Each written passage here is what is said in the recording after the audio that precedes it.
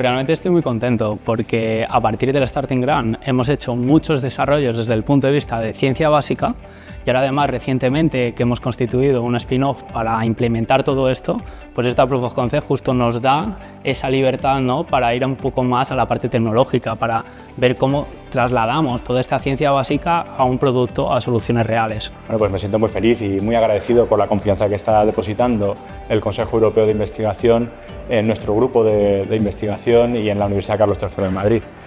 Esta prueba de concepto nos va a permitir optimizar y evaluar la viabilidad comercial de un nuevo tipo de propulsor espacial por plasma.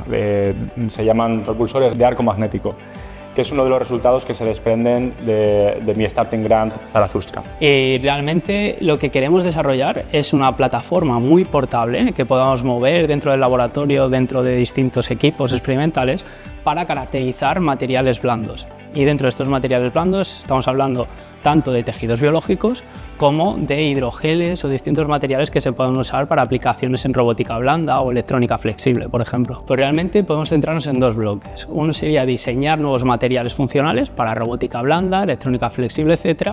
Y el otro, el más ambicioso, iría hacia diagnóstico.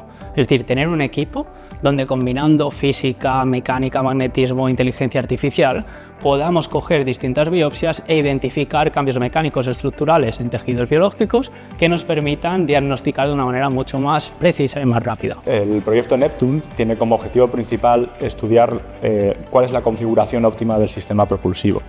Para ello vamos a desarrollar una serie de experimentos en cámara de vacío y bueno, pues iremos buscando las propiedades mejores del plasma que genera nuestro motor. Si tenemos éxito, el proyecto Neptune permitirá desarrollar una tecnología habilitadora para un montón de aplicaciones espaciales, para misiones espaciales más económicas, más flexibles, que permitan, por ejemplo, hacer tránsitos Tierra-Luna de forma económica.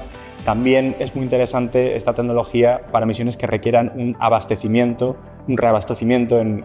durante el vuelo, por ejemplo, para coger nuevo propulsante de la atmósfera de Marte para poder volver de forma más barata.